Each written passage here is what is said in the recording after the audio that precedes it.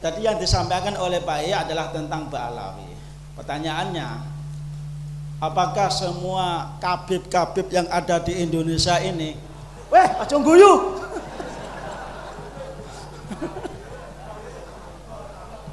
semuanya itu masuk Ba'alawi atau ada kotak-kotak Pak Yai? Nah, artinya semuanya mungkote, napa masih ada pemilahan Pak Yai? Monggo mangke dipunjelasaken nggih. Dari 87 jumlah nasabah yang tercatat dalam sejarah yang dikutip oleh Bakar Abu Saif yang pada masa Tobagoto ketiga sama keempat, kitab yang ditukil oleh jenengan itu hanya satu kitab saja. Ketika kita telah mengetahui bahwa ayahnya namanya Ahmad bin Isa, dari situ dia punya anak Ubaid enggak. Yang menyebut Ahmad bin Isa itu hanya beberapa kitab. Ibnu Toba Yahya bin Muhammad Al-Qasim Al-Husaini Al-Alawi yang wafat pada abad kelima, beliau mencantumkan Abdullah atau Ubaidillah sebagai putra dari Ahmad bin Isa. Kemudian Abnaul Imam mencantumkan Abdullah, itu manuskripnya dipalsukan. Manuskripnya itu hanya 20 halaman. Setelah dicetak menjadi 187 halaman. Kalau kitab ini betul-betul kitab-kitab yang asli, maka hari ini mereka pasti sudah berani untuk berdebat dengan saya. Kalau dulu ketua MWC nggak mau nurut sama dia, masuk neraka lo, nggak dapat syafaat menjid aneh. Sekarang nggak bakal lagi. Maslahat tidak tuh, mereka tidak begitu. Maslahat, Allah akan suka kepada orang yang tidak sombong. Kalau kita niatnya bagus, insya Allah kita akan punya kekuatan dan tenaga. Tapi kalau kita niatnya jelek, hanya karena kebencian, ya kita mudah rungkat. Misalnya ada penceramah habaib yang menerangkan tentang kemuliaan keturunan Nabi, kemudian dia mengutip hadis, cari hadisnya itu. Kalau tidak hadis palsu, hadis yang disimpangkan maknanya. Assalamualaikum warahmatullahi wabarakatuh. Apa kabar teman-teman semua? Semoga baik-baik saja. Pada kesempatan kali ini saya mau berbagi ceramah agama dari Kiai Haji Imaduddin Usman Al-Bantani sekaligus tanya jawab ya. Jadi ceramah ini diselingi dengan tanya jawab antara Kiai Haji Imaduddin Usman Al-Bantani dengan para jemaah ya. Jadi jemaah-jemaah itu banyak yang bertanya tentang masalah polemik nasab ini ya. Oke, coba langsung videonya ya teman-teman. Yang kata orang-orang pembela Ba'alawi bahwa tidak ada persyaratan kitab sejaman. Ini pengarang kitab Rasail fi Ilmil Ansab, Sayyid Husain bin Haidar Al-Hashimi adalah ahli nasab. Dia mengarang kitab Ansab Ummahatil Mukminin. Nasab-nasab istri-istri Nabi semua dikarang oleh dia nih. Yang ngarang kitab Rasail fi Ilmil Ansab. Dia seorang adabi, seorang ahli sastra, dia seorang sejarawan. Hari ini masih ada orangnya. Cuma orang-orang yang seperti ini susah. Saya cari alamatnya nggak ketemu. Kalau nyari alamat saya, bapak-bapak ini sangat mudah sekali. Lihat di internet, Imaduddin Usman Al-Bantani ada alamatnya, bahkan ada Google Map-nya. Jadi kalau Ba'alawi mau ngebom itu gampang sebenarnya. Cuma kan ada doa Wali Songo yang menghalangi. Allah.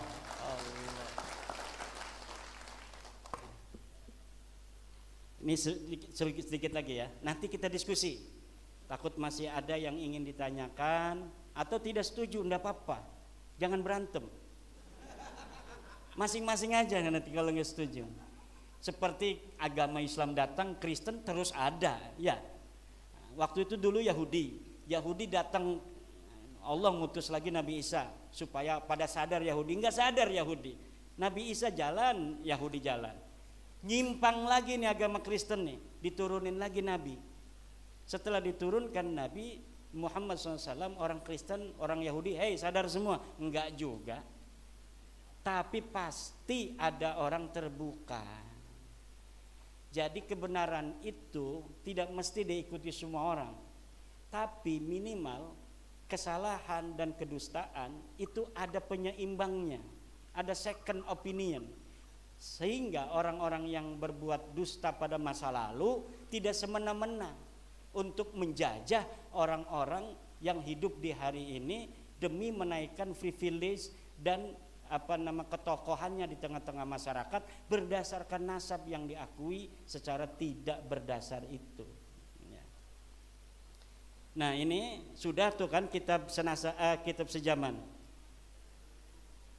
Wa yuwazzi'u tabaqati 'ala al-fatrati az-zamaniyati allati sagalat hasilsilah wa yuwassiku hadhihi at-tabaqati minal masadiril mu'tabarati ma amkana ila akhiri tabaqatin, sampai akhir tabaqah. Itu harus ada kitab-kitab yang menyebutkannya. Kemudian mata sahhatin nisbatu lil fardi aw lil jamaah, ketika sebuah nasab sudah sahih, baik nasab individu atau nasab jamaah qabilah, fa innan nasabata yaqumu bi taqwimi silsilati wa taswibil khalalit tari'i 'alaiha. Maka seorang ahli nasab itu melaksanakan takwimus silsilah. Sama enggak deh dengan apa yang ada di kitab, dengan silsilah yang dia akui. Kalau ada sedikit kesalahan, oh ini namanya Al-Asadi, di dalam kitabnya namanya Ar-Rosyadi, ini diganti.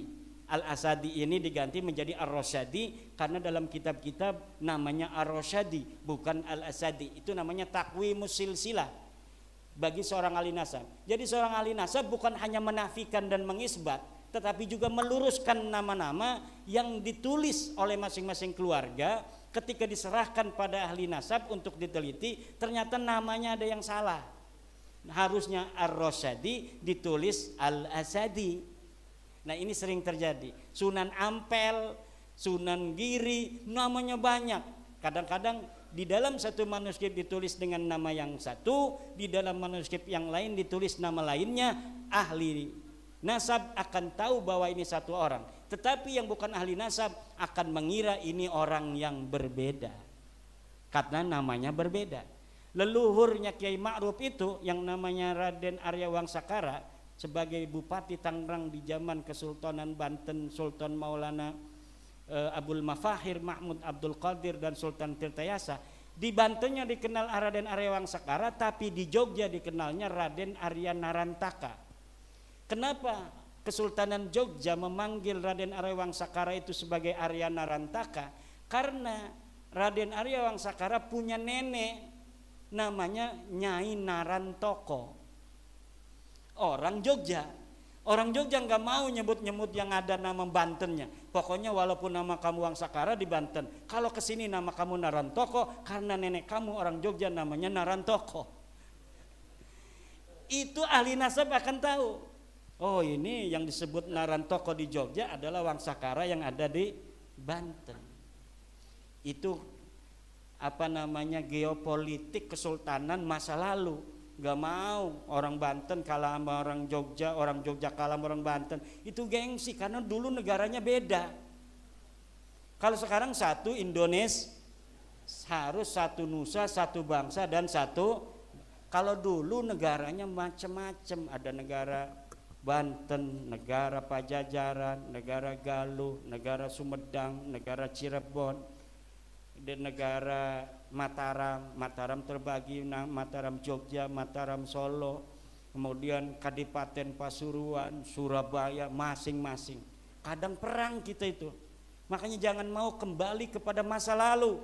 Kita Indonesia akan selamanya Indonesia.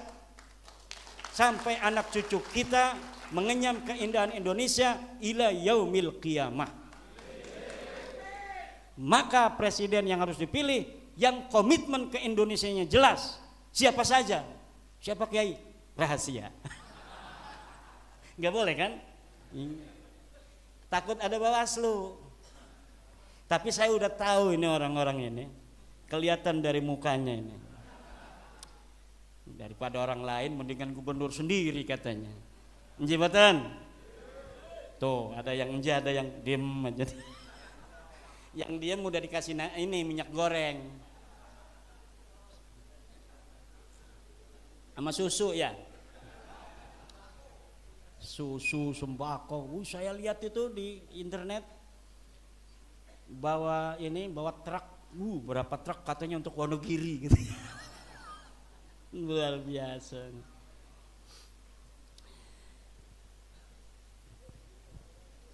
Ketika sebentar lagi, madamat sahihatan ghaira makdzubah, kalau setelah kita meneliti nasab itu, nasabnya memang nasab sahih, maka akan dapat terverifikasi dan terkonfirmasi dari kitab-kitab nasab itu.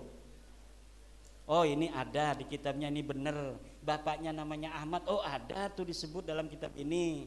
Bapaknya Ahmad namanya Isa, oh ada di dalam kitab yang lebih tua. Isa nama ayahnya Muhammad, oh ada di kitab yang lebih tua lagi. Muhammad punya ayah namanya Ali Al-Uraidi, dalam kitab yang lebih tua lagi, oh ada. Setiap masa ada kitab yang sudah ditulis untuk keluarga Nabi. Ya aja keluarga kita mah 4 nama aja udah hebat kita hafal, betul nggak? Apalagi orang Jawa yang turunan raja aja banyak yang nggak hafal, apalagi kita yang bukan turunan raja. Tapi kalau orang Arab, jangankan keluarga Rasulullah, orang Arab biasa dia hafal sampai ke Adnan, dia hafal sampai ke Yakton, dia hafal sampai ke Himyar, silsilahnya binanu sampai 100. Tapi kalau kita orang Jawa, itu banyaknya hanya keluarga raja yang mau jadi raja yang nulis itu. Kenapa dia penting nulis? Warisan. Betul apa tidak? Takut ada yang minta warisannya, maka ditulis silsilah raja itu. Nah kalau kita mau warisin utang apa? Enggak ada perlu. Karena apa? Agama Islam sesuai dengan adat budaya orang Jawa. La fadla li arabiyyin ala ajamiyyin illa bitaqwallah. Tidak ada orang Arab lebih mulia dari orang Indonesia, orang Ajam, kecuali dengan takwanya. Siapa orang yang bertakwa, dia yang harus dimuliakan. Siapa orang berilmu, dialah orang yang mulia. Bukan karena dia turunan raja akhirnya dia minta privilege di tanah Indonesia ini, nggak bisa. Bukan karena dia turunan nabi akhirnya mengambil pajak sama kiai-kiai. Katanya ente ini kiai jadi kiai banyak duitnya, itu gara-gara enjit aneh. Bayar zakat sekarang, bayar pajaknya. Jadi dia mengut pajak katanya. Gara-gara para kiai itu jadi kiai kemudian banyak rezekinya, gara-gara mengajarkan ilmunya enjid aneh itu. Dan ini na'udzubillah summa na'udzubillah dalik, tidak dilakukan oleh keturunan Nabi yang asli.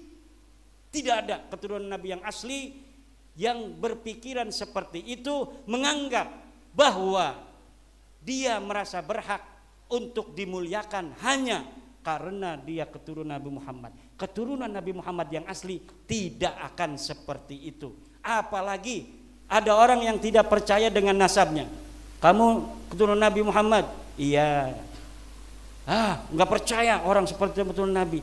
Orang yang keturunan Nabi asli nggak bakal marah. Yang asli pasti nggak bakal marah. Ya ngapain? Saya anak siapa kamu? Samlawi bapak saya. Nggak percaya kamu anak Samlawi? Ya biarin. Ya enggak? Ya kamu percaya nggak percaya, saya tetap anak Samlawi.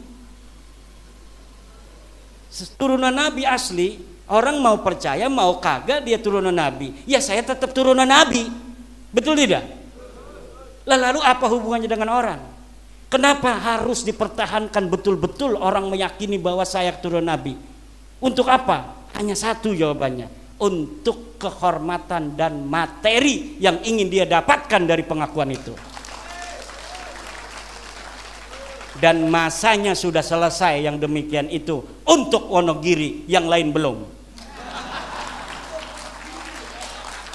Biarkan yang lain dalam perasaannya yang terjajah, sehingga dia dilahirkan oleh ibunya sebagai manusia merdeka, hari ini masih terjajah oleh kedustaan yang diciptakan.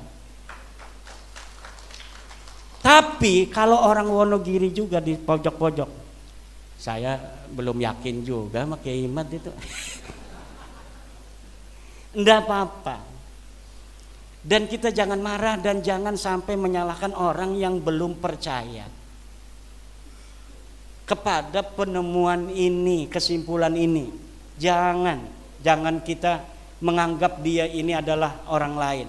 Tetap, karena nilai kesadaran frekuensinya berbeda sesuai dengan keadaan jiwanya. Kita tidak bisa kita serta-merta menyalahkan orang yang dia sejak kecil diingu oleh seorang Habib, ngaji pada seorang Habib, Habibnya kebetulan baik, nggak pernah berbuat salah. Kemudian hari ini kita mengatakan Habib itu bukan turunan Nabi, kemudian dia marah pada kita, kitanya balas marah. Jangan. Karena apa yang dia ketahui, orang Habibnya itu baik. Kan Habib itu walaupun nasabnya palsu, nggak mesti orangnya semua jahat, enggak. Pasti ada yang baik. Manusia itu semuanya punya kecenderungan kebaikan dan keburukan yang sama, anak siapapun dia.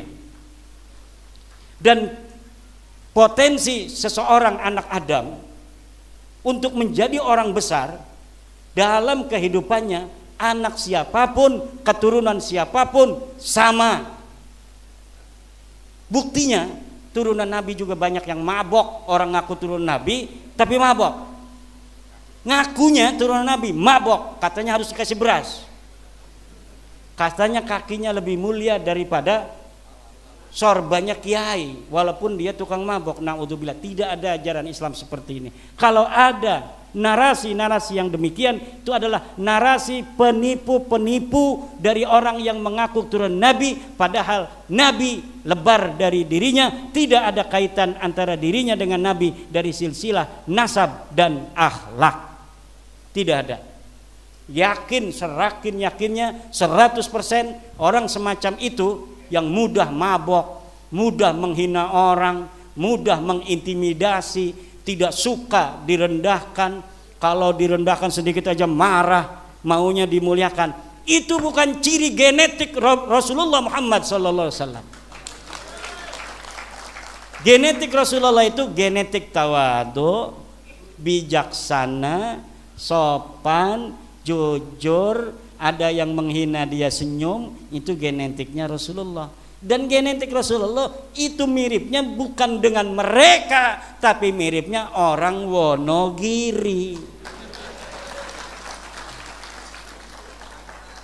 Kalau dia dagang bakso, ada yang utang senyum, bayarnya besok. Besoknya ini mangkok ditempahin dengan dia.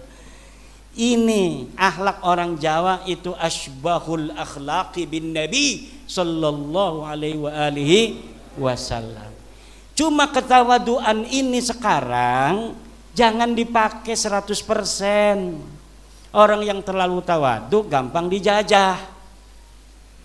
Orang yang terlalu sopan gampang ditipu. Orang yang terlalu tawadu gampang dijajah, orang terlalu sopan gampang ditipu. Sama dengan orang yang selalu husnudon, mudah sekali ditipu.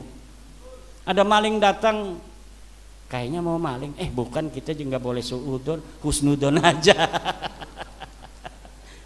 Padahal tampangnya udah kelihatan, tampang maling kan pelangap-pelongo segala macam. Lah husnudon, kita kan hatinya nggak boleh suudon pada orang. Akhirnya alhamdulillah laptop dan HP-nya hilang, lagi di meja. Dia ngambil air, dia balik lagi, laptop sama HP-nya sudah hilang oleh tamu yang dia husnudoni sendiri itu. Kita harus tawadu, tapi bukan merendahkan diri di hadapan bangsa lain. Kita harus sopan, tapi bukan berarti kita bisa ditekan. Kita harus berakhlak, tapi bukan berarti kita mau direndahkan. Kalau mereka ngomong anak perempuan mereka tidak boleh nikah dengan orang Wonogiri yang haplogrupnya O. Haplogrup O itu haplogrup orang Jawa, orang Cina, orang Jepang, turunan dari Prabu Brawijaya, itu haplogrupnya O. Turunan Prabu Siliwangi, haplogrupnya O. Kalau mereka mengatakan bahwa anak perempuan mereka tidak boleh nikah dengan orang Wonogiri laki-lakinya, Maka mulai hari ini orang Wonogiri harus kompak. Tidak ada perempuan Wonogiri yang boleh dinikahkan dengan para pemalsu nasab. Kalau tidak nanti anak cucunya ya jadi tukang dusta itu. Mau anak cucunya jadi tukang dusta begitu.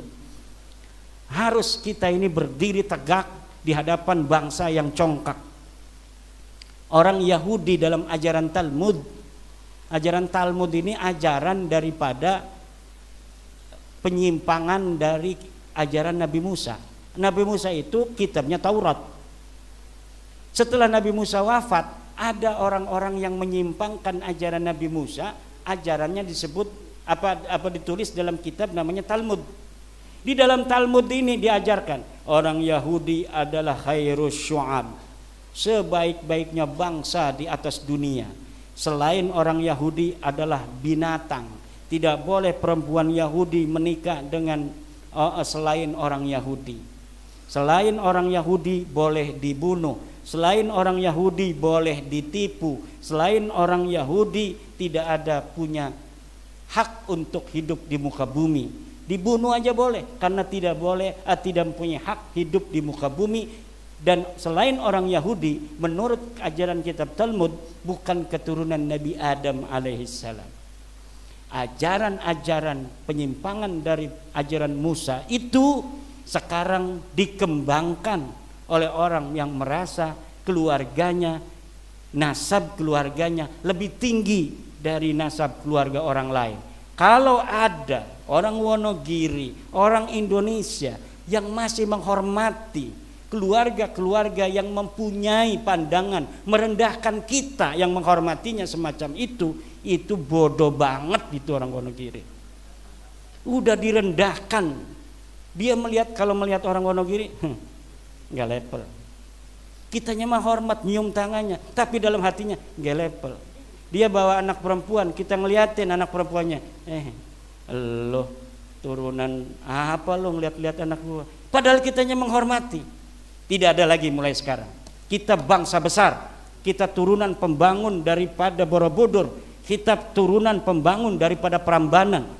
Peradaban Indonesia yang besar di masa lalu melahirkan kita hari ini yang ada di muka bumi. Dari peradaban dan orang-orang yang besar di masanya, dan tidak boleh orang Wonogiri, orang Jawa merendahkan diri serendah-rendahnya di hadapan bangsa lain, baik atas nama kemanusiaan atau atas nama agama. Tidak boleh orang Wonogiri, orang Jawa merendahkan diri di depan siapapun. Maka yang harus jadi raja harus selalu orang Jawa. Setuju? Saya bukan kampanye. Wallahu wal muwaffiq ila aqwamit thoriq. Wassalamualaikum warahmatullahi wabarakatuh. Kita kembangkan, mungkin ada pertanyaan. Yang tidak setuju juga boleh, tapi jangan marah-marah. Tepuk tangan sekali lagi yang meriah untuk Kiai Imad. Pak operator, disiapkan mic ya, 2 atau berapa untuk para penanya. Alhamdulillah para hadirin wal hadirat semuanya, bisa kita ambil sebuah kesimpulan bahwa satu, berdasarkan kajian ilmiah baik dari kitab-kitab nasab abad 4 sampai abad 9 awal, baik itu kata kitab Tahdhibul Ansab, Al-Majdi, Al-Fakhri, Syajaratul Mubarakah dan lain sebagainya. Di situ memang betul tidak terkonfirmasi, tidak ada nama Ubaidillah sebagai cikal bakal keturunan para habaib yang ada di Indonesia. Sebab Ubaidillah punya anak yang bernama Alwi, dan Alwi ini yang kemudian dinisbatkan menjadi Alawiyin. Bani Alwi zuriyah daripada Ubaidillah yang memang namanya tidak terpotret, tidak ada di kitab-kitab nasab selama hampir 550 tahun. Kekosongan riwayat selama 550 tahun inilah yang menjadikan Kiai Imad yakin seyakin-yakinnya juga berdasarkan fakta dan dalil yang ada bahwa Ubaidillah bin Isa ini tidak ada namanya di dalam kitab-kitab nasab yang dijadikan sebagai sumber primer untuk menetapkan nasab Bani Alawiyin atau para habaib yang ada di Indonesia. Mungkin itu kesimpulan dari apa yang kita kaji pada pagi hari ini. Dan untuk berikutnya kita masuk pada sesi tanya jawab, baik yang setuju dengan kajian Kiai Imad ataupun yang tidak setuju. Justru saya pengen melihat yang bisa membantah dan mencari celah titik lemah daripada kajian Kiai Imad ini. Untuk termin pertama saya buka 3 penanya, nanti disebutkan dari mana ya MBC atau rantingnya. Monggo untuk termin pertama 13.1 Pak Kiai Nasuha, yang kedua Mas Miftah Akhyar, satu lagi ya dari sebelah sini dulu, ini ketua LB Monogiri Pak Kiai. Hitam-hitam kereta api biar hitam banyak yang ngencingi. Moga Pak Nasoha, Pak Nasoha dulu, nanti disambung oleh Mas Akhyar, kemudian dari Ngadirojo. Iya. Aduh, orangnya besar, Ki Ageng Madarian itu. Bakul durian.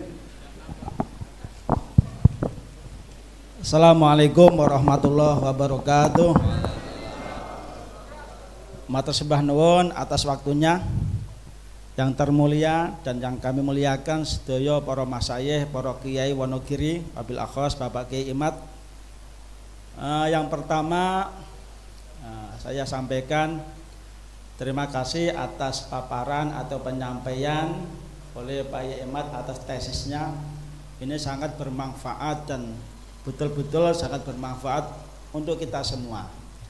Lah berangkat dari sini timbul unek-unek pertanyaan nggih. Mumpung kepanggih nih Pak Yai nggih. Arep nang Banten ya kaduan ragate akeh.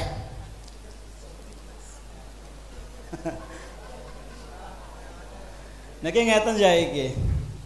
1 jam niki wau ingkang jenengan paparaken dan sampaikan iki tentang Mbak Alawi. Dari sekian banyak nggih tentang Alawi niki wau nggih. Pakai bahasa Indonesia Pak ya. Wong Jawa kok. Ini kan pematerinya dari Banten. Enggak, saya ngerti Jawa. Bisa Pak. Bisa. Kita bisa ngomong Jawa. Saya Jawa Banten ngapak. Padahal. Tadi yang disampaikan oleh Pak Yai adalah tentang Mbak Alawi. Pertanyaannya, apakah semua kabib-kabib yang ada di Indonesia ini, aja guyu.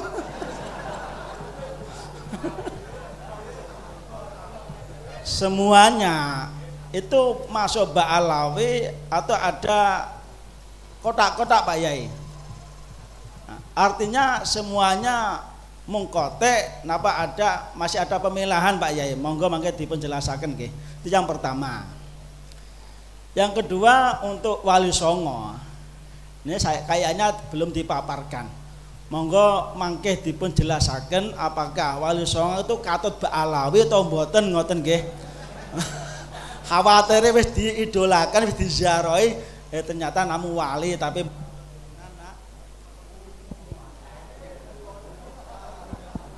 tes nggih. Ngoten nggih. Nanti untuk Wali Songo mati maneh. Iki tandane dereng madang niki panitia. Langsung durasi.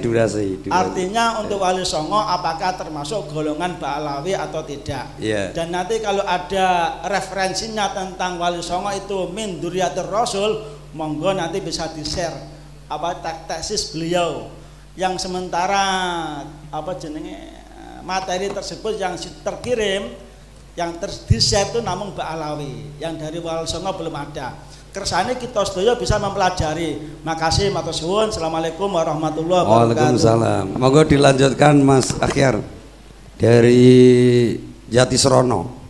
Panitia tolong panitia sat. Bape peserta rung do mangan. Assalamualaikum warahmatullahi wabarakatuh. Waalaikumsalam. Bismillahirrahmanirrahim. Sebelum saya menyampaikan pertanyaannya, disclaimer terlebih dahulu bahwasanya saya bukan dari golongan muhibbin atau apapun. Tapi pertanyaannya begini. Dari 87 jumlah nasabah yang tercatat dalam sejarah yang dikutip oleh Bakar Abu Saif yang pada masa Tobagotu ketiga sama keempat, kitab yang ditukil oleh jenengan itu hanya satu kitab saja. Bahkan ada lebih dari 50 kitab nasabah saat itu yang belum dikutip. Kemudian yang kedua, apa yang kami temukan dari Abnaul Imam, dari kitab Abnaul Imam fi Misra wa Syam halaman 167, Ibnu Toba Yahya bin Muhammad Al-Qasim Al-Husaini Al-Alawi yang wafat pada abad kelima, beliau mencantumkan Abdullah atau Ubaidillah sebagai putra dari Ahmad bin Isa. Kemudian di kitab lain As-Suluk fi Tabaqatil Ulama wal Muluk, karya Al-Qadi Bahauddin Muhammad bin Yusuf Al-Kindi, wafat pada abad 8, juga ketika menceritakan Abul Hasan Ali bin Muhammad, beliau menyebutkan Abdullah sebagai putra dari Ahmad bin Isa. Oleh karenanya pertanyaannya, apakah tesis yang jenengan buat itu sudah mencakup sekian banyak buku atau kitab nasabah atau hanya sebagian saja? Karena dari beberapa tesis yang saya baca dan juga pemaparan, bahkan 20% saja dari kitab-kitab nasabah belum jenengan tukil. Mungkin mohon tanggapannya ya.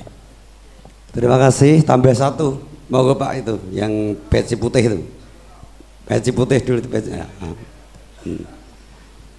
Setelah ini langsung kepada Kiai Imad biar tidak numpuk ya. Bismillahirrahmanirrahim. Assalamualaikum warahmatullahi wabarakatuh. Waalaikumsalam. Hadratul Mukarramin, para kiai, para alim, alhamdulillah sudah syukur kula sak rencang saged sungkem silaturahmi dhateng panjenengan sedaya. Intinipun ngaten Kiai, kula pribadi bersyukur ya selama ini dalam hidup niku ditakdirne pangeran orang gumunan kula niku. Dadi ngerti wong sing hebat-hebat nguwangi kula biasa. Cuman ngepin kene ilmune niku. Dados intinipun kula nyuwun dhateng ngarsa panjenengan. Namanya siapa Pak? Saya Yusuf. Yusuf. Nggih. Asli Jawa. Dari Mbah Durno. Mbah Niki Durno. sebelah kula niki MBC ne, Pak. Ketua kula niki kula ya mung tukang ngindik-ngindiki ngoten, Pak. Monggo lanjut. Jadi intinya begini Kiai, saya mohon tadi saya juga sempat di-share nek cara teng bahasa Wonogiri pada umumnya niku enten alkop dari trah niki kita. Ini saya mohon ketegasan beliau dari trah Mbak Alawi itu mana saja alkop yang dipakai, misalnya ada al-kaf, kemudian al-habsi dan lain sebagainya. Ini penting agar tadi seperti yang disampaikan oleh penanya awal itu tidak ada dikotomi. Karena apa? Kalau Wali Songo jelas, ini leluhur kita dan saya dari kecil alhamdulillah sudah dididik oleh sepuh saya, yaitulah dedengkot tanah Jawa yang wajib kita takzimi sampai yaumil kiamah. Intinya pun ngaten. Yang kedua, nyun sewu, saya prihatin sekali, Nahdlatul Ulama itu bagian dari organisasi yang luar biasa besar di Nusantara ini. Sementara di internalnya sendiri masih tarik menarik. Kalau saya yakin panjenengan secara pribadi saya mengamini apa-apa yang panjenengan kan, walaupun tadi sudah disampaikan oleh penanya terdahulu tentang referensi, itu saya kira persoalan teknis, walaupun dalam konteks keilmuan, apalagi ini judulnya jelas menyangkut genetika dan lain sebagainya. Tetapi yang terpenting adalah aspek ke depan ini yang jauh lebih nyensewu, luar biasa. Saya membayangkan ketika terjadi peperangan Ali bin Abi Thalib dengan Muawiyah, ini seolah-olah kayak terpampang di mata kita. Opo yo arep dadi kaya ngene tanah Jawa saat ini. Makanya yang terpenting saya mohon dengan sangat para sepuh, para kiai di Kabupaten Wonogiri ini Nyun sewu, jangan hanya dalam lingkup pesantren masing-masing, tetapi punya daya untuk bersilaturahmi ke berbagai daerah lain, untuk menyampaikan beberapa informasi agar tidak terjadi hal-hal yang sifatnya kontraproduktif. Sebab gini Kiai, ajaran orang Jawa itu luhur banget. Kakek saya dulu amanah itu Syekh Tan Mastani, jalmo tan ruh ing manah, tiba lebur tanpa dadi. Ini penting. Artinya ada dua watak satria yang kadang-kadang lupa untuk kita jalani. Mau memberi ketika tidak punya, mendahulukan orang yang kita benci. Itu salah satu falsafah leluhur kita tanah Jawa ini yang dibangun oleh para wali songo. Oleh karena itu, jangan sebab kebencian kita ini tanpa alasan yang benar. Intinya seperti itu. Karena betapapun ini menyangkut kemaslahatan umat dalam konteks Islam rahmatan lil alamin. Saya sepakat, saya meyakini panjenengan luar biasa dan saya mengikuti, mentakdimi apa-apa yang panjenengan paparkan, dan saya sujud syukur dari dulu saya nggak gumunan. Makanya di sini ada kode-kode etik yang harus kita matchingkan antara leluhur Nusantara kita dengan ajaran Islam agar konteksnya ke depan nanti betul-betul menjadi rahmatan lil alamin. Kayak saya mendengarkan pengajian kayak Nyun Sewu pada waktu haul Nyai Kiai Marzuki Mustamar itu bulan Oktober, itu juga keluarga kita orang-orang Nahdien juga berbeda jauh dengan apa yang Kiai paparkan di dalam forum ini. Ini kan bagi orang-orang saya yang bodoh, yang awam ini kan ngeri. Walaupun tadi sudah digarisbawahi, nurut aku ya monggo, ora ya masalah. Wong ket biyen ono Yahudi sampai sekarang juga ya ada Yahudi. Tapi substansinya bukan itu. Dampak psikologi, dampak segala sesuatu lah ke depan nanti masyarakat kita, anak keturunan kita. Dan saya hari ini surprise sekali, Pak Barok tuh jarang pakai udeng kayak gitu Kiai. Wedine ora dicap Kiai Nasantara langsung nggawe udeng niku. Kula malah padha kali jenengan, iki sing dodoli bangsane grup Alawi tapi tak nggo. Sebabnya orangnya biasa-biasa saja. Sebab saya meyakini walibasu taqwa wa khair. Sepakat dengan apa yang Kiai sampaikan tadi. Maka yang paling utama keberkahan panjenengan, tolong panjenengan doakan seluruh masyarakat Wonogiri ini senantiasa berpegang teguh kepada pedoman yang betul-betul sampai kepada syaratnya Kanjeng Nabi Muhammad SAW. Sehingga kita itu, kalau saudara saya mungkin belum tahu saya, Mas Zainal ya. Yeah. Niko gagirak Lirboyo. Nek kula niki di Jobo Pakir Kiai. Kemudian di Sabo teng Termas, teng Kiai Aba Al Fakir, Pintu Seribu Al Muqaddam niku. Saya sering sungkem sama beliau yang bangun terakhir Masjid 99 di Bogor. Alhamdulillah. Makanya kalau penjenengan masalah Jawa, wong Cirebon Banten itu sudah satu tra. Saya di Cirebon juga lama. Kidung-kidungnya banyak yang hafal. Dan yang orang kaget anggar kayak kue kan itu. Iya, di sana ada akrab putune Ki Gede Sangkal Cirebon Banten. Itu kunci bahwa sejarah ini harus dan secepatnya diluruskan agar ke depan tidak, masya Allah, menjadi bumerang bagi kita semuanya. Untuk itu saya percaya bahwa kiai-kiai yang ada di Wonogiri ini alhamdulillah sudah menyatu semuanya untuk menegakkan din Islam agar masyarakat kita, terutama anak cucu kita, sesuai dengan tema itu, apa namanya, keturunan ini wajib untuk kita jadikan sebagai pedoman, bukan dalam arti senang atau tidak senang, tetapi dalam konteks yang benar mana dan yang salah mana ini jangan sampai tercampur adukkan.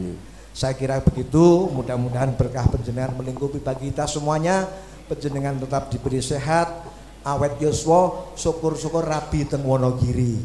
Assalamualaikum warahmatullahi wabarakatuh. Waalaikumsalam warahmatullahi. Terima kasih Pak Kiai. Ini penanya yang pertama dari semua paparan Bapak Kiai Imad ini hanya memaparkan tentang Ba'alawi. Ini coba satu, apakah Ba'alawi yang ada di Indonesia semuanya mungkote, apa bisa dipilah-pilah untuk intisabnya kepada Rasulullah? Kemudian Wali Songo sama sekali belum disinggung, sebab kita tahu bahwa Dewasa ini secara nasional masih pemalsuan makam. Ketepatan kemarin saya ziarah ke Mbah Abdul Wahid Salatiga, itu juga di situ silsilah nasabnya juga ke Ubaidillah. Kemudian Mbah Bisari Hasan Bisari Ponorogo itu saya lihat silsilahnya juga ke Ubaidillah. Jadi banyak sekali makam-makam para wali, dan kita tahu juga ada sebagian daripada makam Wali Songo di situ juga ke Ubaidillah. Dan itu sudah dicetak, dikasih figura dan ada kacanya. Dan ini kebenarannya nanti nasab Wali Songo itu sebetulnya kemana. Kemudian tadi masalah kitab nasab itu kan banyak sekali. Bahkan disinyalir ada lebih daripada 87 kitab nasab yang ada. Pak Kiai Imad ini mencantumkan referensi-referensi yang ada dalam kajian atau tesisnya. Ini mungkin belum ada 20% dari kitab nasab yang ada. Kemudian berikutnya mungkin nanti langsung sekalian ke masalah Ubaidillah dan Abdullah. Nanti langsung sekalian corong Jawa ini dikiyok Pak. Ini sudah paham nanti Kiai. Kemudian dari ini tadi dari mana tadi Mbak Turetno ya. Ini untuk yang saran-saran kita dengarkan tadi dan kita apresiasi, dan mungkin tidak perlu tanggapan ya yang saran-saran itu ya. Tapi alhamdulillah bagus itu. Cuman yang perlu dipertegas bahwa kalau kita mengenal FAM di Indonesia itu Ba'alai FAM-nya kan macam-macam. Ada Asegaf, Al-Idrus, ada BSA bin Syekh Abu Bakar, ada Al-Khabsyi, ada Al-Masyhur, Al-Khirid, ada Barkabeh, Barokbah dan lain sebagainya. Tolong itu juga diperjelas Pak Kiai. Mungkin ini ada hubungannya dengan penanya yang pertama sebetulnya. Apa dipukul rota ing kita unasab apakah tidak itu.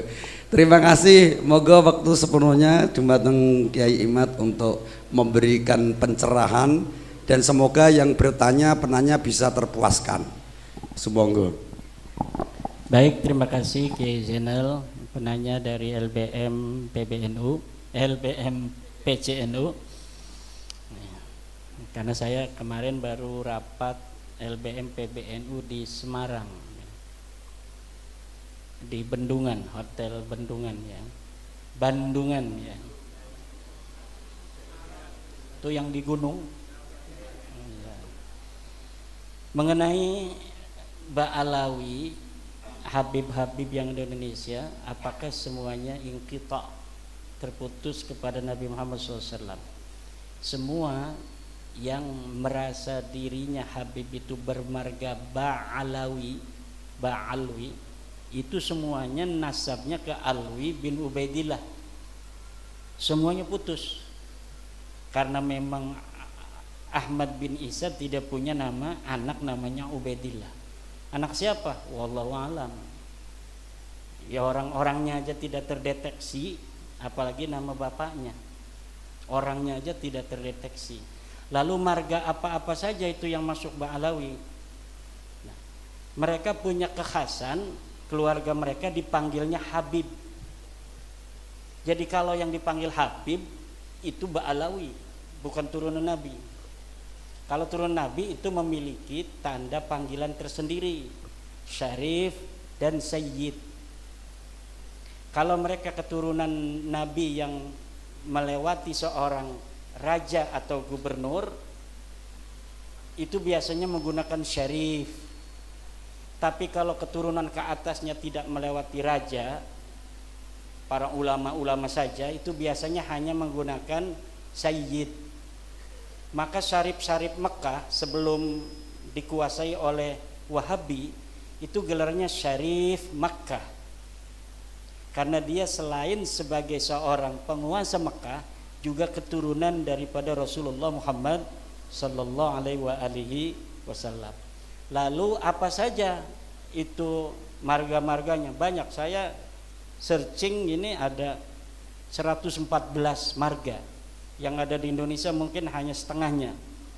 ada As-Sirri, Al-Junaid, Al-Baharun, Al-Gadri, Al-Bin Sahil, Jamalul Lail, Bahasan, Basaiban. Basaiban ini ada Basaiban yang Al-Idrisi, yang bukan Ba'alawi ya, kayak Zulfikar yang punya anak PV itu Basaiban Al-Idrisi.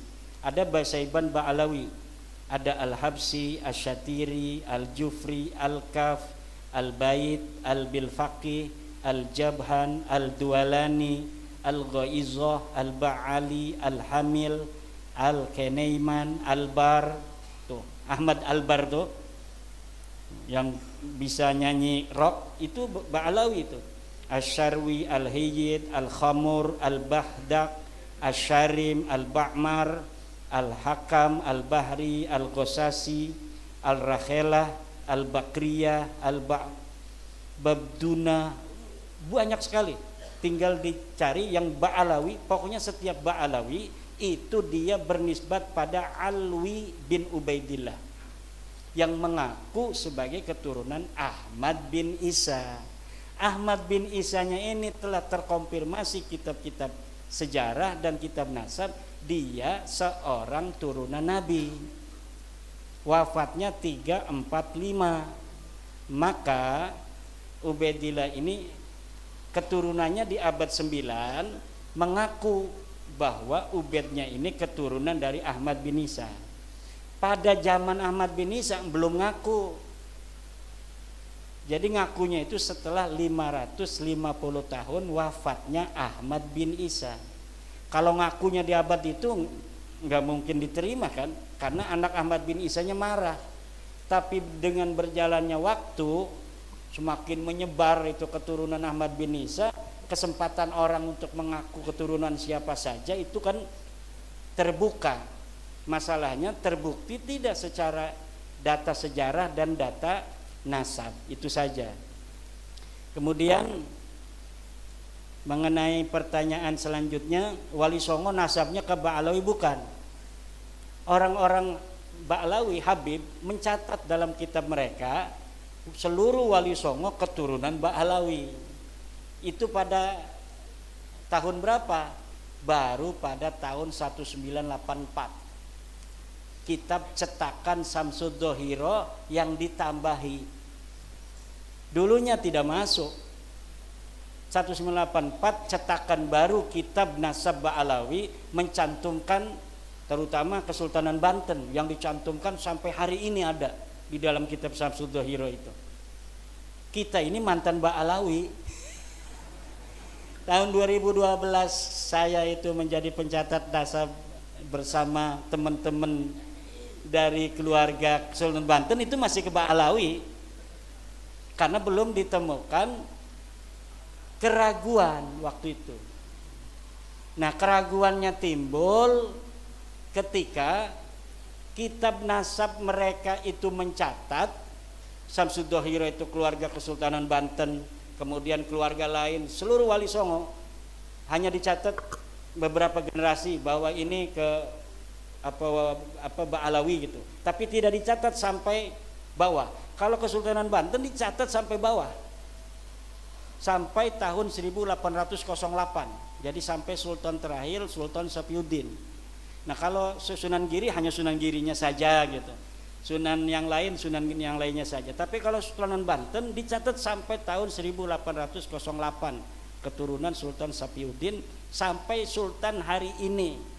Cuma Sultan budaya itu masih ada di dalam kitab Samsud Dohiro. Nah, setelah diteliti, betulkah ini Ba'alawi merupakan leluhur Wali Songo? Ternyata kitab-kitab manuskrip yang sekarang mulai orang itu paham setelah ada bab nasab ini pada penasaran, mencari-cari kitab-kitab di rumah-rumah mereka yang tua-tua. Kemudian Kesultanan Cirebon dia punya manuskrip yang gak boleh dibuka-buka, katanya pemali kalau dibuka. Akhirnya sekarang mau buka. Nanti setelah dari sini saya ke Kesultanan Cirebon, diminta oleh Pangeran Qodiron Patih dari Kanoman untuk bersama-sama membicarakan nasab Wali Songo. Karena di Kesultanan Cirebon pun lihat itu di makam Sunan Gunung Jati masih Ba'alawi. Nggak heran kalau nasab-nasab kiai lain di Nusantara ini masih Ba'alawi. Karena Kesultanan Cirebon sendiri belum serta-merta begitu saja menerima. Walaupun saudara-saudara saya dan selalu SMS-an tiap hari. Tapi untuk merubah itu kan kita perlu hati-hati. Lalu mulai kapan? Masa iya 1984 saja ketika nasab Wali Songo itu ditulis dalam Samsul Hiro? Bukan. Sebelumnya sudah ada tahun 1960 sebuah manuskrip palsu ditulis. Jadi ada namanya manuskrip Negara Kertabumi. Katanya karya Pangeran Wangsakerta. Salah satu putra Raja Cirebon tahun 1670. Nah, tahun 1670 di dalam manuskripnya itu ditulis silsilah Sunan Gunung Jati sampai ke Ubedillah. Setelah ini manuskrip dibawa ke ahli filolog dari Universitas Indonesia, ternyata kitab ini kertasnya tua, setelah pakai ludah, seret, tuanya hilang. Kertasnya ternyata kertas Manila. Kertas Manila itu ya kertas zaman sekarang itu, kayak karton itu. Itu. Jadi upaya itu sudah sejak 1960.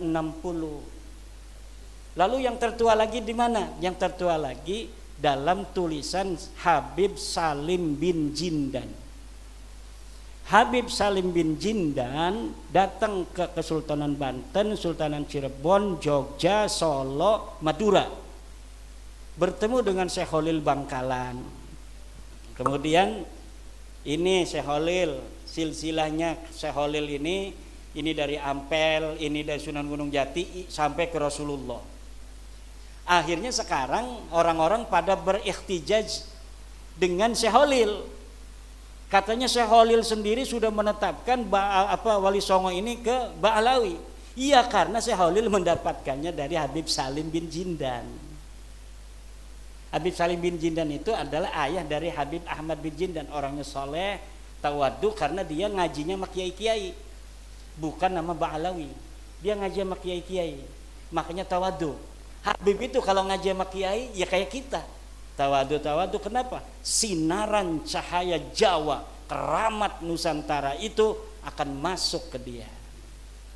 Yang berbeda-berbeda itu, lihat gurunya ada enggak guru Jawa, dapat enggak dia keramat tanah Jawa? Enggak dapat. Kalau yang sombong-sombong itu enggak dapat keramat tanah Jawa. Jadi dia tidak dapat doa dari Sabdo Palon sama Syekh Subakir dulunya. Kalau yang dapat doa dari Syekh Subakir perjanjiannya dengan Sabdo Palon, ya kita mengindonesia. Tidak ada perbedaan kita berdasarkan keturunan dengan siapapun. Nah, itu intinya. Kemudian, nah jadi Wali Songo ini sampai sekarang belum tuntas. Makanya saya jarang ngomong Wali Songo karena belum selesai. Dan menurut saya Wali Songo ini mau ke Nabi, mau ke jadi Syarif Sayyid itu enggak terlalu berbahaya. Kenapa? Mereka mengutamakan ilmu, tidak mengutamakan nasab. Jadi tidak akan merasa orang Jawa itu merasa direndahkan oleh turunan Wali Songo. Kalaulah cara Wali Songo sama dengan cara mereka ini sekarang nggak masuk Islam itu orang-orang Jawa. Orang Jawa itu begini-begini, tapi kalau direndahkan betul-betul melawan, betul nggak? Wali Songo tahu, makanya Wali Songo sangat merakyat. Dia merasa seperti orang Jawa sendiri. Makanya itu Sunan Kudus itu nggak ada anaknya yang pakai Sayyid, pakai Syarif, nggak ada. Walaupun dianya masih Sayyid Ja'far Shodiq. Namanya masih pakai Sayyid Ja'far Shodiq, tapi anaknya saja nggak boleh pakai. Sampai sekarang anaknya ya menyatu aja dengan orang-orang di Kudus itu. Mungkin ada juga yang ngojek untuk Sunan Kudus itu, tuh keturunan Sunan Kudusnya itu. Ya nggak malu, karena apa? Nggak bawa-bawa marga, nggak bawa-bawa Sayyid, nggak bawa-bawa Syarif. Coba kalau Raden Tumenggung Mubarak misalnya, tiba-tiba ngejek pakai KRT Mubarak, ya kan itu merendahkan pangkat. Makanya udah, hal-hal yang bersifat feodalisme nggak usah disematkan di dalam nama. Nama itu cukup berdasarkan prestasi. Maka sebelum bab nasab ini saya yakin, saya sudah ceramah bahwa Dr. Andes itu lebih mulia dari Habib sebelum saya meneliti nasabnya, karena bertentangan dengan Al-Quran. Orang mengatakan hanya dia bermodal ada riwayat keturunan Nabi, dia lebih mulia dari orang lain, dia lebih mulia dari kiai. Nggak ada itu. Sarjana lebih mulia dari Habib, lebih mulia dari Raden, lebih mulia dari Tubagus, lebih mulia dari Kanjeng Raden Tumenggung. Kalau pangeran sendiri, pangeran anak raja, dia tidak lulus SD. Ada orang biasa tukang kolektor, dia adalah S1, lebih mulia tukang kolektor itu yang anaknya jadi S1 daripada raja yang menurunan pangeran yang tidak lulus SD acan. Itu kemuliaan yang harus dijaga dan pengetahuan yang harus diyakini. Inilah ajaran Islam yang sesungguhnya. Kalau kiai haji itu pangkat berdasarkan kasab, berdasarkan usaha. Usaha itu harus ditempelkan agar orang lain ingin berbuat yang sama, menuntut ilmu yang luar biasa sehingga dia bisa berpangkat KH. Ada KH, kiai haji, ada HK, hampir kiai. DRS, SE, IR itu mulia. Taruh itu di nama. Kenapa? Supaya banyak orang mencontoh. Siapa saja bisa untuk menggapainya kalau dia mau kerja keras. Tapi kalau R, Raden, itu dia lahir jadi Raden. Apa yang dibanggakan orang, dia nggak kerja apa-apa, pangkatnya R kok. Maka saya nggak pernah pakai RR. Itu ada di YouTube pakai KHR. Orang yang nulis itu mah. Saya tidak pernah pakai RR. Kenapa? Malu-maluin apa yang dibanggakan dari R. Seperti kita ini mukanya begini, ya dari lahirnya begini, dari Allahnya begini. Kita nggak mesen begini, nggak usah bangga-banggain karena hidungnya mancung. Walaupun saya mancung, saya nggak bangga. Kenapa? Karena ini bukan dapat saya, nggak ada usaha sama sekali. Sesuatu yang tanpa usaha sama sekali nggak perlu dibanggakan dan tidak pantas dibanggakan. Yang dibanggakan itu kerja keras. Kerja keras itu dia jadi ketua PCNU karena dinilai pantas oleh para kiai. Dilihat orang pantas jadi seorang ketua PC. Ini kalau ketua PC-nya Pak Kiai Mubarak akan luar biasa mobilitas dari organisasi NU di Wonogiri.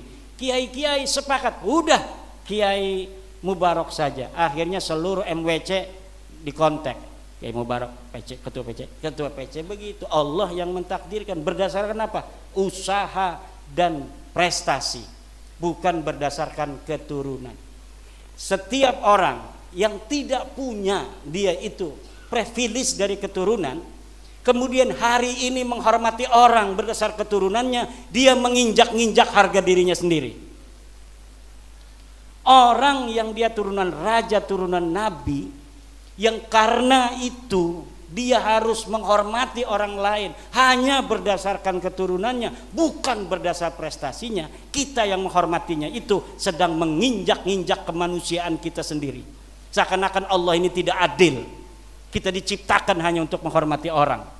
Kenapa kita tidak diciptakan sebagai anak raja? Kenapa kita tidak diciptakan sebagai anak daripada keturunan Rasul?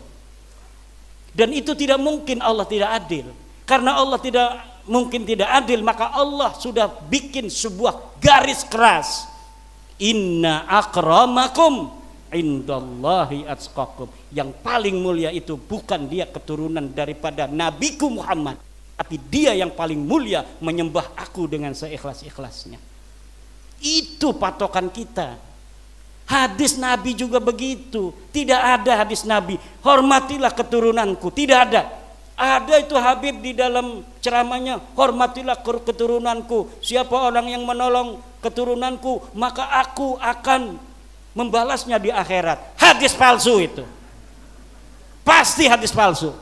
Yakin, seyakin-yakinnya. Hanya ada di kitab-kitab Ba'alawi yang begitu. Cari hadisnya. Misalnya ada penceramah habaib yang menerangkan tentang kemuliaan keturunan Nabi, kemudian dia mengutip hadis, cari hadisnya itu. Kalau tidak hadis palsu, hadis yang disimpangkan maknanya. Seperti keutamaan ahli bait yang diambil untuk keturunan hari ini. Kalau hadis keutamaan ahli bait banyak. Siapa ahli bait? Ahli bait itu adalah Ali, Fatimah, Hasan, dan Husain. Ada ahli bait dalam bab zakat. Siapa? Keturunan Bani Hashim. Siapa Bani Hashim? Keturunan daripada Sayyidina Abdullah, Sayyidina Abbas, Sayyidina Abu Talib. Itu namanya Bani Hashim. Bukan hanya keturunan daripada Husain. Banyak yang disimpangkan. Tidak ada ajaran Islam yang mentolerir orang harus menghormati orang lain berdasar keturunan, dan ini yang harus diambil, termasuk menghormati gus-gus itu tuh. Kenapa? Kasihan nanti ini gus-gus masih kecil dihormatin orang, nanti takutnya dia nggak mau belajar. Saya udah banyak dihormatin orang, ngapain? Takutnya begitu, lama-lama nanti banyak gus-gus nggak bisa ngaji akhirnya. Kenapa? Karena orang bisa ngaji kan banyak dihormatin orang. Lihat dia nggak bisa ngaji dihormatin orang. Jadi biasa aja kita menghormati para gus. Kalau misalnya dia nggak bisa ngaji, taruh di belakang. Ngapain lu nggak bisa ngaji? Jangan di depan. Saya ini gus mau gas nggak bisa. Harus begitu. Kita kasihan kepada putra-putra kiai. Jangan hormati dia berlebihan, karena kalau kita menghormati dia berlebihan, kita sama saja mengubur potensi dia untuk berprestasi di masa depan.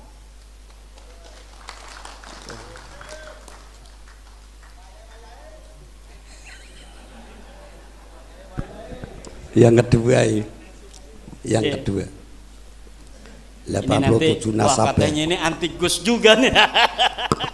Ini bisa melebar nanti, anti Habib, anti Gus katanya. Ya harus menerima resiko. Ini saya udah nerima resiko. Ini saya kemarin menjawab Rumel Abbas di mobil, bikin tulisan. Saya sedang di kendaraan menuju Jawa. Itu sudah malam-malam tadi malam banyak yang Jawanya di mana lo? Gua paranin lo segala macem.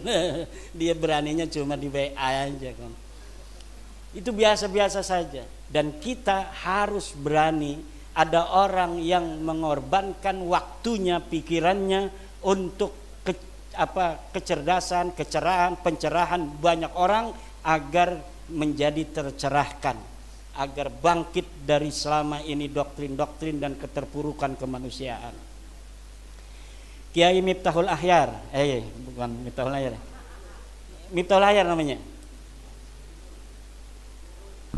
Filul Ahyar, Birrul Ahyar, Kiai Birrul Ahyar. Dari 87 kitab nasab, kitab yang ditukil hanya 1 kitab nasab. Banyak yang saya tukil. Iya, karena yang berhubungan dengan nasabnya Ubaidillah yang ke Ahmad bin Isa, hanya itu yang berhubungan. Ngapain kitab nasab-nasab banyak itu yang tidak ada menyebut Ahmad bin Isa. Ketika kita telah mengetahui bahwa ayahnya namanya Ahmad bin Isa, dari situ dia punya anak Ubaid enggak. Yang menyebut Ahmad bin Isa itu hanya beberapa kitab. Makanya sejarawan barat banyak yang mengatakan Ahmad bin Isa sendiri fiktif.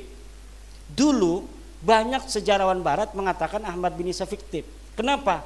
Karena Ahmad bin Isa tidak ditulis, padahal kitabnya ada, cuma dia waktu itu belum menemukan.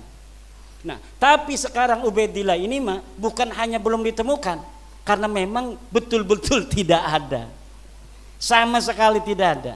Kalau Ahmad bin Isa di dalam kitab hadis dia meriwayatkan hadis, tapi dalam kitab nasab waktu itu belum ditemukan anaknya siapa-siapa.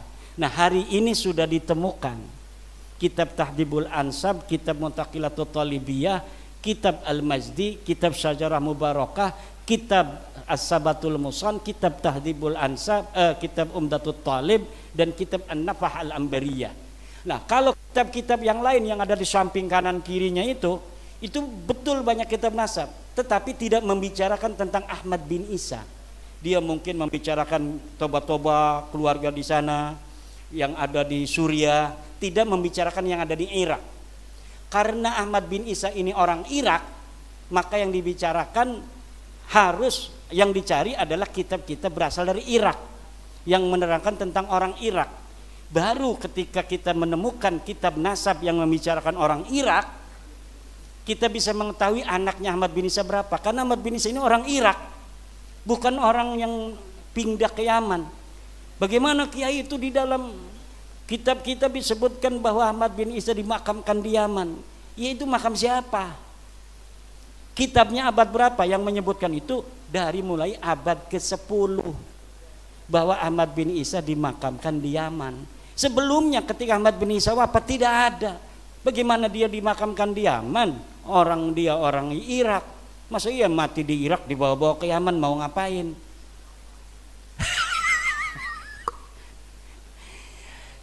Iya, itu makam itu bisa diciptakan.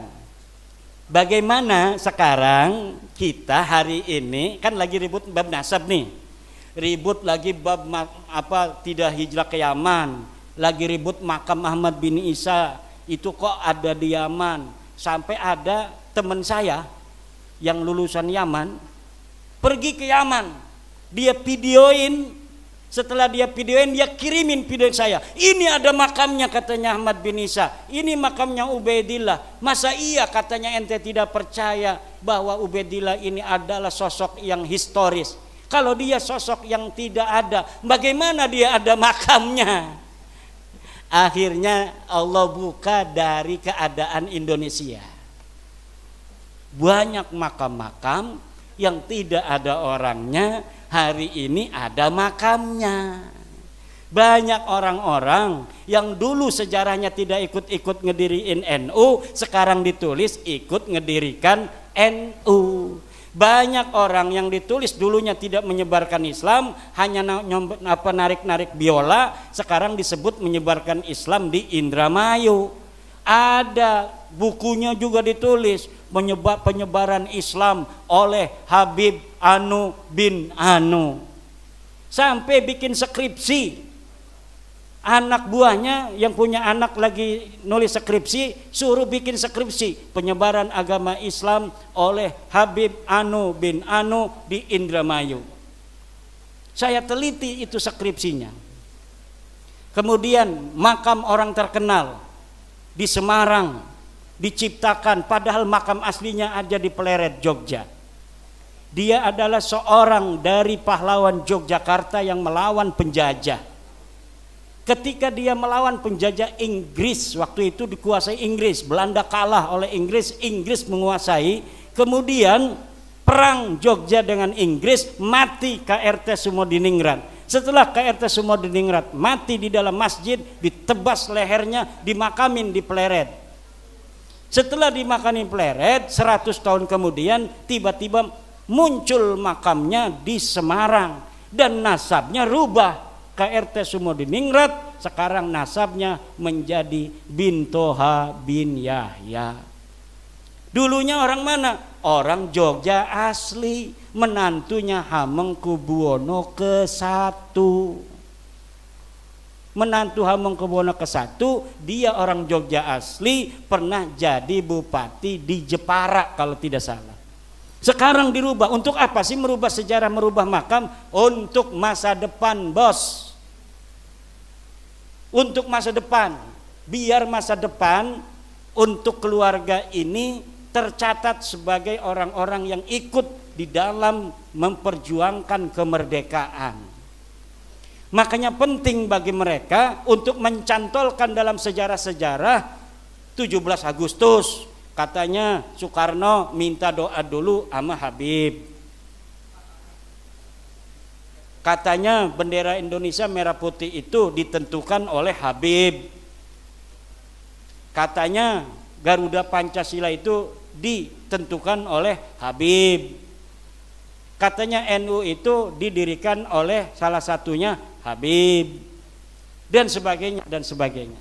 Makam-makam di pojok-pojok itu dikasih nama marga-marga dari mereka, kemudian dikasih tahun yang tua. Untuk apa? Ke depan Indonesia jangan macam-macam sama kita orang. Ini kita sudah terkonfirmasi datang ke Indonesia abad ke-15. Apa buktinya? Makam, lihat tuh, ada inskripsinya, mereknya Habib Anu bin Anu tahun sekian. Ini Bapak yang akan terjadi. Maka kita begini keras ngomong ini agar mereka sadar. Udah berhentilah, yang udah bikin makam, hapusin, makam gak ada orangnya. Yang ada orangnya, yang tokohnya itu tokoh Jawa asli, dirubah lagi. Udahlah, kita salah. Ayo kita se-Indonesia sekarang kita sama-sama membangun Indonesia. Tidak ada lagi yang bicara tentang nasab dan keturunan, karena kalau bicara nasab dan keturunan, orang Jawa, orang Wonogiri yang lebih berhak untuk mengklaim bahwa Indonesia ini miliknya daripada orang lain. Karena keturunan orang-orang yang hari ini ada di sini inilah yang dulu memperjuangkan kemerdekaan negara Republik Indonesia, bukan orang lain. Kalau mereka kita tahu sendiri sejarahnya, datang di bawah Belanda, kemudian mereka menjadi orang-orang kelas tinggi di Belanda, ada kelas Eropa, ada kelas Asia, ada kelas pribumi. Ini orang-orang yang sekarang ini ngaku sebagai cucu Nabi itu ditinggikan oleh Belanda. Maka ketika Jepang datang, mereka ini tidak mendukung Jepang. Kenapa? Karena Jepang tidak seperti Belanda mengistimewakan mereka. Maka barulah di antara mereka mau berjuang tuh. Kenapa? Karena Jepang tidak mengistimewakan mereka. Itu. Ya, yang udah ada silakan makan aja. Bismillah dulu. Kemudian Abnaul Imam mencantumkan Abdullah, itu manuskripnya dipalsukan. Manuskripnya itu hanya 20 halaman. Dulu sebelum viral, saya sudah menemukan manuskripnya ada di internet, 20 halaman. Setelah dicetak menjadi 187 halaman. Kalau kitab ini betul-betul kitab-kitab yang asli, maka hari ini mereka pasti sudah berani untuk berdebat dengan saya. Tapi karena saya sudah mengetahui bahwa kitab ini diinterpolasi, ditambahi oleh Yusuf Jamalul Lail, maka mereka tidak berani. Karena sayanya sudah tahu bahwa kitab ini diinterpolasi. Dan di dalam muqaddimah kitab itu lihat bahwa dia pun mengakui bahwa ada hal-hal yang saya tambahkan yang dianggap penting. Itu yang dianggap penting, ya nyantolin Abdullah sebagai anaknya Ahmad itu. Kitab yang selanjutnya As-Suluk menyebutkan Abdullah. Abdullah disebutkan abad ke-8 730 sebagai ayah dari Bani Jadid. Bani Jadid ini mengaku dirinya sebagai keturunan Ahmad bin Isa. Ini bukan Ba'alawi. Bani Jadid ini orang yang mencangkok pertama keturunan Ahmad bin Isa di abad 8. Dia adalah Bani Jadid, namanya Syarif Abil Jadid bin Ahmad bin Abdullah bin Ahmad bin Isa bin Muhammad An-Naqib. Atau kurang sedikit lah, itu dari yang saya sampaikan itu. Yang jelas dia tertolak sebagai keturunan Ahmad bin Isa karena kitab yang lebih tua dari itu menyebutkan bahwa anak daripada Ahmad bin Isa hanya 3. Lihat dalam kitab Syajarah Mubarakah, itu narasi yang disampaikan oleh Imam Al-Fakhrur Razi, fa'aqibuhu min salasati banin. Jumlah ismiyah itu, lihat di dalam kitab Al-Muqibun karya daripada Mahdi Rajai, apabila menyampaikan dengan jumlah ismiyah maka yufidul inhisar, yufidul hasra, itu memberikan faedah hasr. Itu ada keterangannya dalam kitab Al-Muqibun karya Mahdi Rajai. bahwa apabila ulama mengatakan dengan jumlah ismiyah itu yufidul hasra, tapi apabila dengan jumlah fi'liyah fa'aqoba salah sata banin itu masih bisa tambah satu. Tapi kalau sudah fa'aqibuhu min salasati banin bi jumlatin ismiyatin hadihi tadullu ala al-hasr. Jadi tidak bisa, tertolak. Dan sudah terbukti Bajadid ini bukan keturunan Nabi, sudah terbukti dari kitab-kitab selanjutnya. Nanti Ba'alawi Bajadid itu adalah keturunan orang Arab biasa. Ya, nanti di abad 9 Ba'alawi ini yang Habib-Habib ini mencangkok lagi kepada Bajadid ini, jadi nyangkok kepada cangkokan. Jadi Bajadid ini udah nyangkok kepada Ahmad bin Isa, anaknya ditambahin satu. Nah nanti si Ba'alawi sekarang ini nyangkok kepada Ba'alawi Bani Jadid ini. Katanya Jadid itu adik daripada Alwi.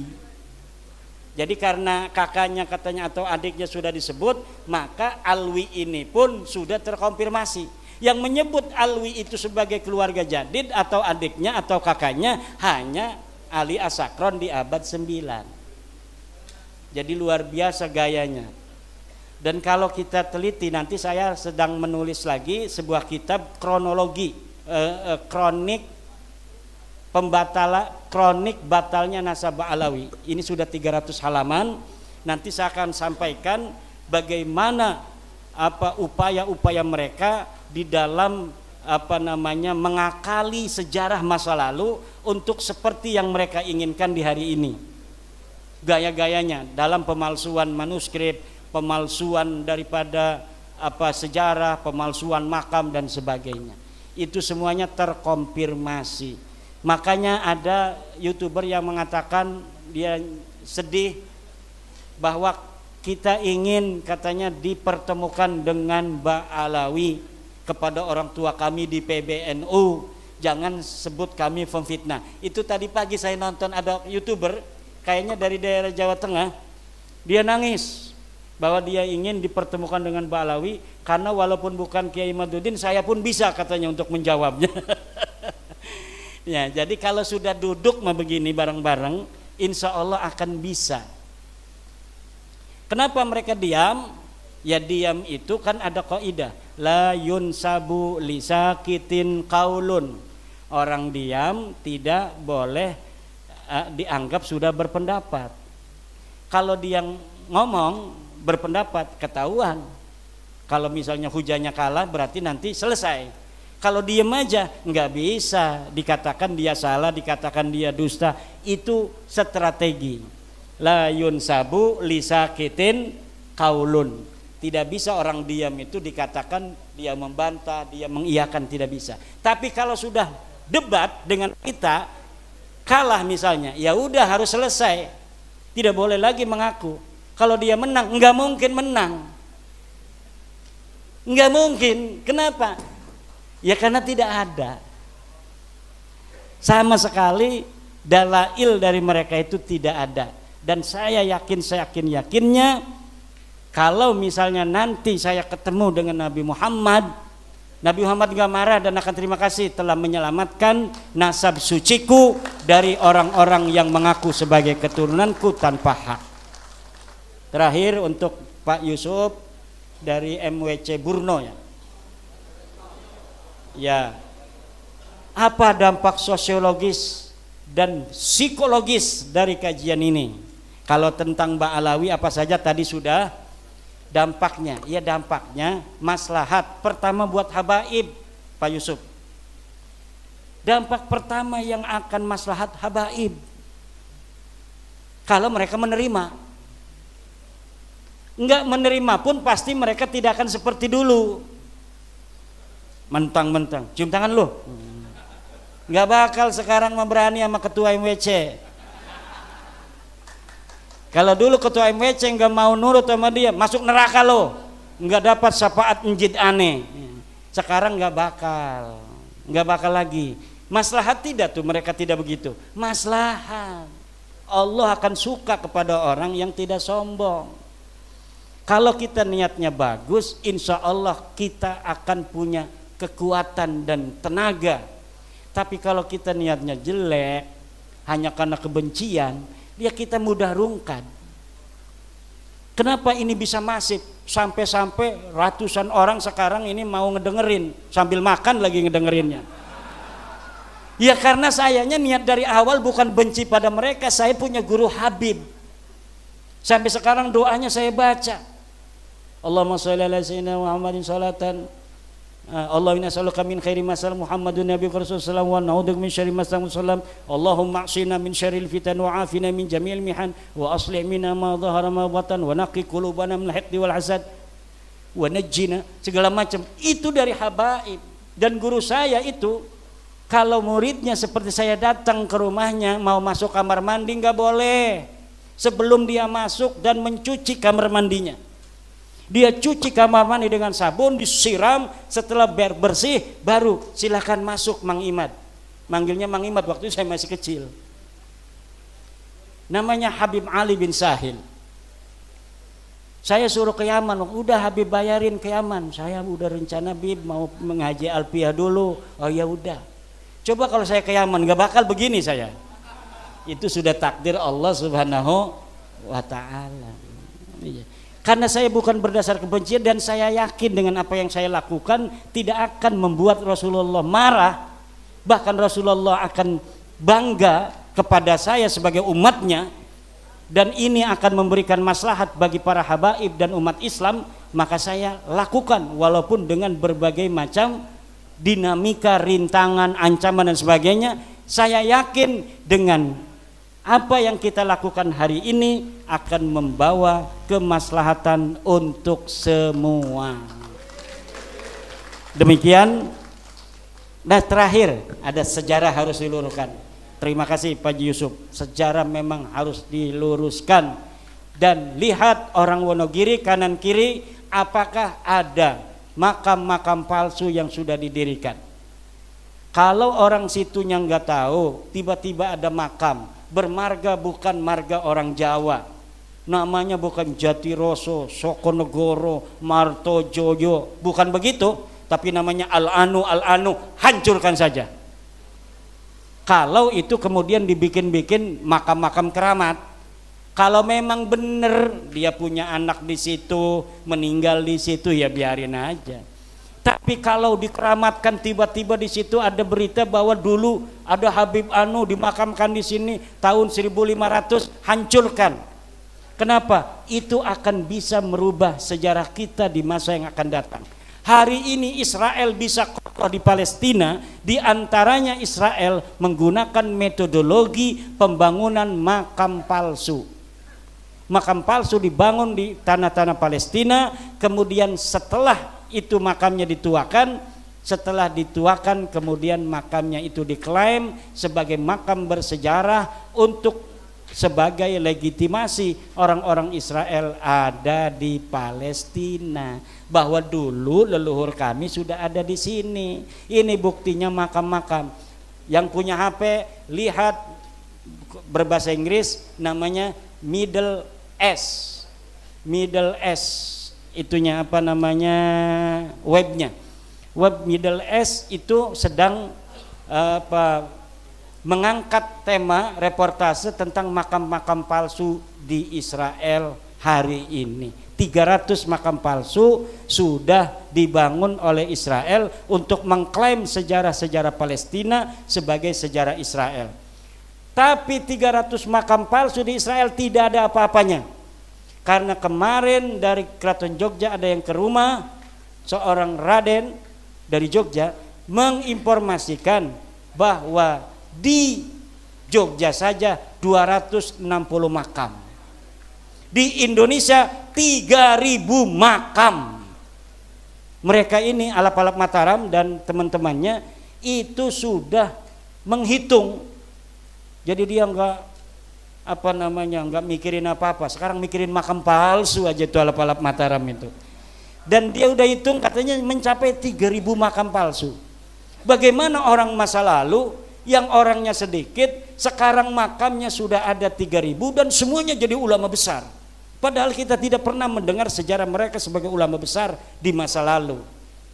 Sementara ulama-ulama kita, Ki Ageng Giring, Kebo Kenongo, Joko Tingkir, Kiai Ageng Pemanahan, makamnya masih terbengkalai. Kita kemudian menjarahi orang yang sama sekali kita tidak tahu sejarahnya, perannya, jasanya untuk leluhur kita di masa yang akan datang, di masa lalu, dan untuk kita hari ini di masa sekarang, dan untuk keturunan kita di masa yang akan datang. Wallahu huwal muwaffiqu ila aqwamit thoriqin. Wassalamualaikum warahmatullahi wabarakatuh. Hapus sekali lagi.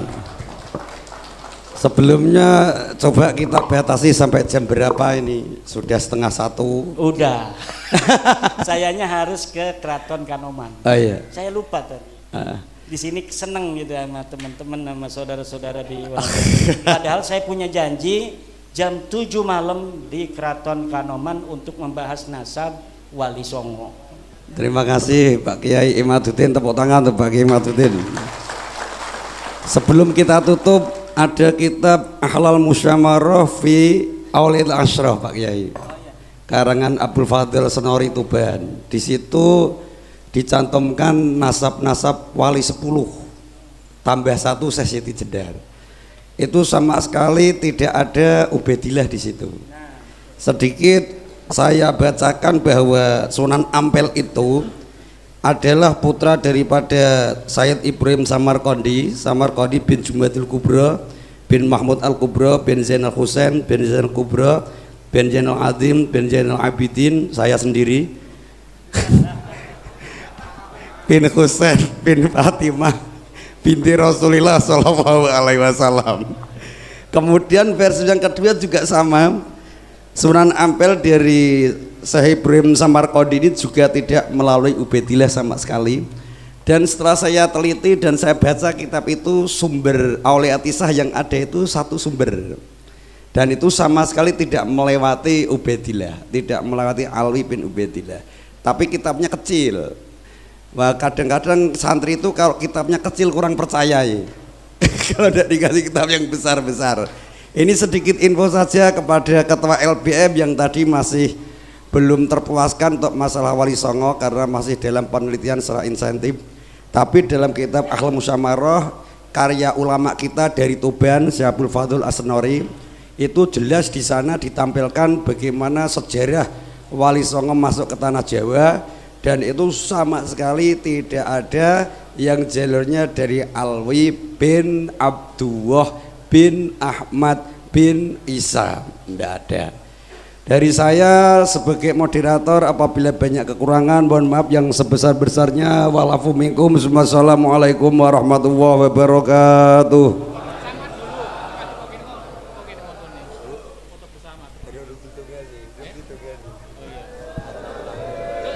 Pembawa acara.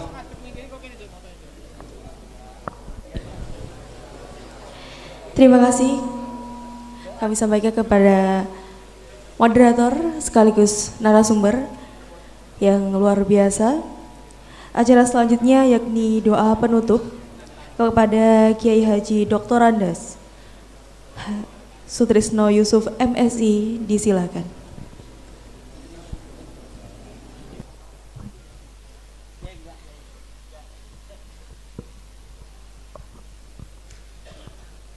Al-Fatihah. A'udzubillahi minasyaitonir rajim. Bismillahirrahmanirrahim. Alhamdulillahirabbil alamin arrahmanir rahim maliki yaumiddin. Iyyaka na'budu wa iyyaka nasta'in. Shiratal mustaqim shiratal ladzina an'amta 'alaihim ghairil maghdubi 'alaihim waladdallin. Amin. Ila jami'il mu'assisin Jami'ah Nahdlatul Ulama wa li khususan Syekh Hasyim Asy'ari wa Syekh Abdullah wa Syekh Abbas. Lahumul Fatihah. A'udzu billahi minasyaitonir rajim. Bismillahirrahmanirrahim. Alhamdulillahi rabbil alamin arrahmanir rahim maliki yaumiddin. Iyyaka na'budu wa iyyaka nasta'in. Shiratal mustaqim shiratal ladzina an'amta 'alaihim ghairil maghdubi 'alaihim waladdallin. Amin. Wa ila jami'il mu'assisin Jami'ah Nahdlatul Ulama fi Wonogiri, Syekhul Karim Muhammad Idris wa Syekhuna Abdul Aziz wa Syekhuna Muslih wa Syekhuna Timyati wa Syekhuna Syailahumul Fatihah. A'udzubillahi minasyaitonir rajim. Bismillahirrahmanirrahim.